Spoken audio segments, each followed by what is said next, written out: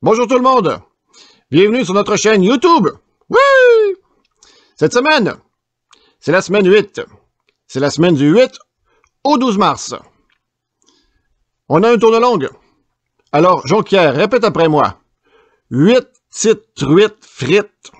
8 petites frites, 8 petites truites frites. On se retrouve pour le plan de match. À tantôt!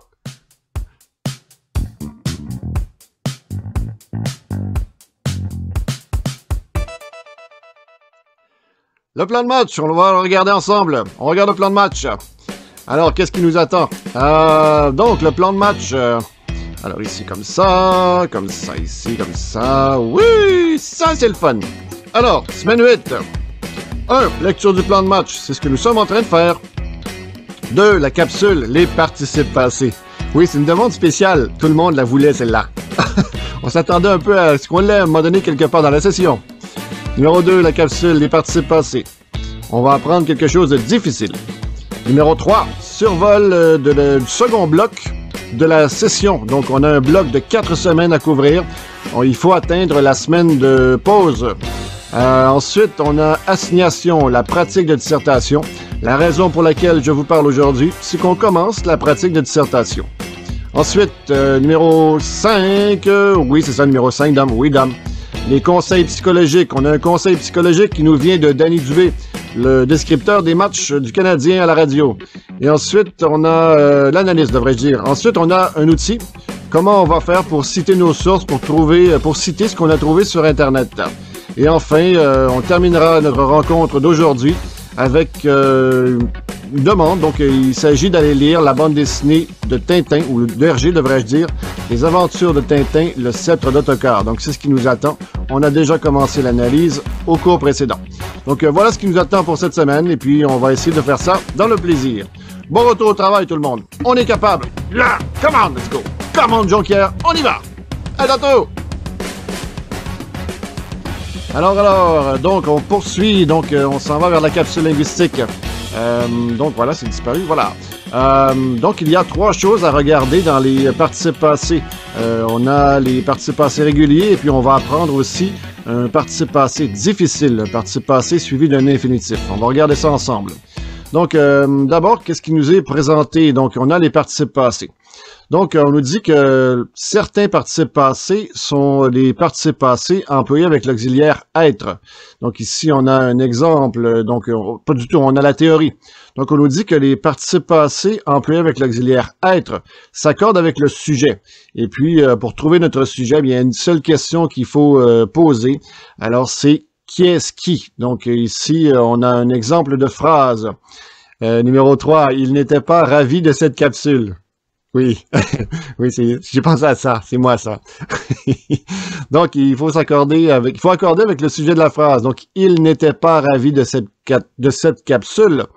Donc, on prend le participe passé. Donc, qui est-ce qui n'était pas ravi? La réponse, c'est il. Donc, peu importe s'il est placé avant, au-dessus, en dessous, en arrière, en diagonale, peu importe, on l'accorde. Donc, il n'était pas ravi, IS, parce qu'ici, le il, on ne sait pas qui il contient. Si le pronom il avait été remplacé par elle, on aurait écrit ravi, IES.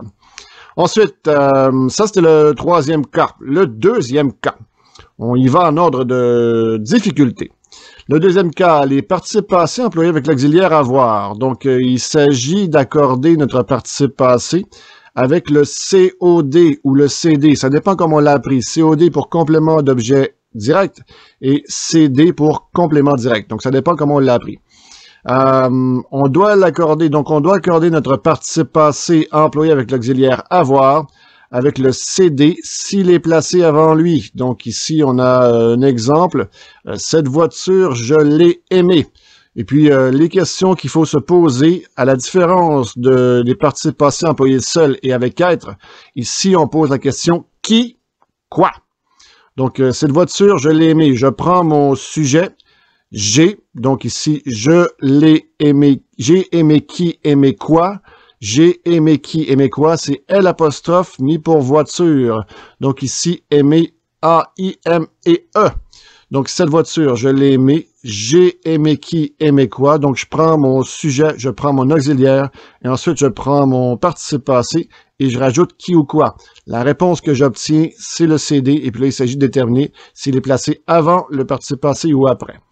Donc, cette voiture, je l'ai aimée. Et si on avait eu j'ai aimé cette voiture. J'ai aimé cette voiture. Donc, j'ai aimé qui, j'ai aimé quoi. Cette voiture, il aurait été placé après. C'est la raison pour laquelle on aurait écrit aimer, A-I-M-E. Donc, voilà pour le deuxième bloc des participes passés. Il en reste un troisième qui est épouvantable, celui-là. On va essayer de le regarder attentivement. C'est le participe passé, suivi d'un infinitif. On augmente la difficulté puisque la session avance. Donc ici, on a un carré bleu.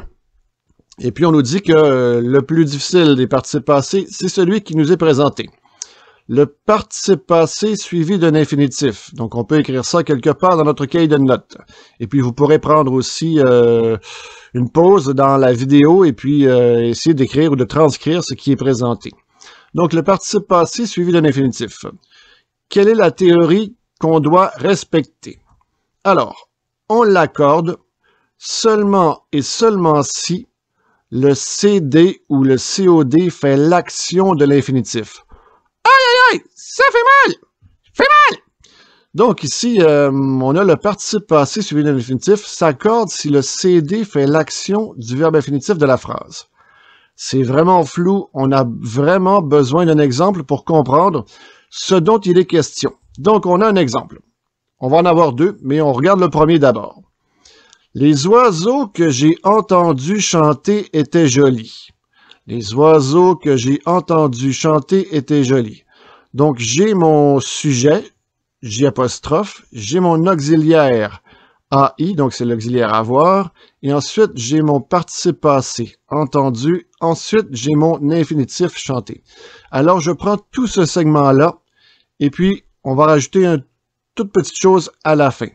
Donc, j'ai entendu chanter qui, chanter quoi? J'ai entendu chanter qui, chanter quoi? On prend 3 secondes pour trouver la réponse dans notre tête. J'ai entendu chanter qui, chanter quoi?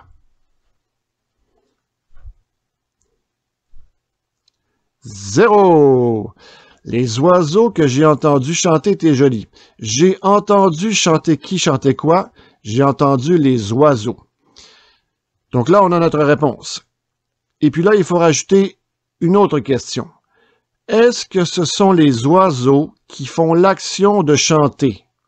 Est-ce que ce sont les oiseaux qui font l'action de chanter? Oui, dame, les oiseaux font l'action de chanter. À ce moment-là, j'accorde. Donc ici, j'ai entendu US. Donc j'ai entendu quoi? Les oiseaux masculin pluriel US. Donc, c'est assez difficile comme participe passé parce qu'il faut faire, d'abord, il faut bien maîtriser le participe passé avec avoir et ensuite, il faut poser la question, est-ce que ce sont le truc qui font l'action de? Donc, à ce moment-là, ça nous amène sur des différentes pistes. Parlant de pistes différentes, voici l'exemple numéro 2. Voici l'exemple numéro 2. J'ai changé qu'un seul mot. Les chansons que j'ai entendues chanter étaient jolies. Les chansons que j'ai entendues chanter étaient jolies. Je prends mon sujet, J'. Je prends mon auxiliaire, AI. Je prends mon participe passé, entendu, et je prends mon infinitif, ici qui est chanté. On pose la question. Oui! J'ai entendu chanter qui, chanter quoi? J'ai entendu chanter qui, chanter quoi? On prend 3 secondes pour y penser.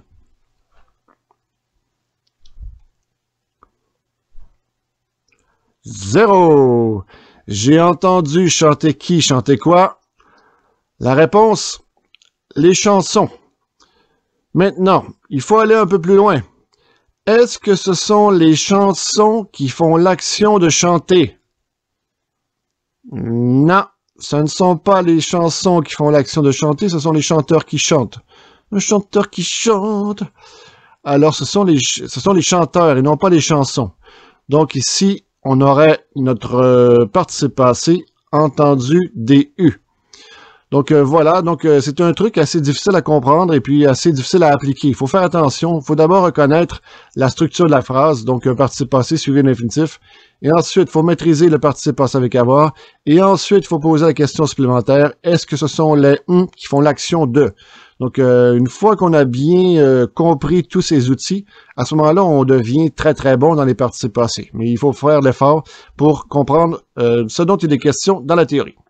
Donc voilà pour ce qui est de la théorie de notre capsule linguistique de cette semaine. Elle portait sur les participes passés. Les participes passés avec être et seul, on pose la question qui est-ce qui? Les participes passés avec avoir, on pose la question qui? Quoi?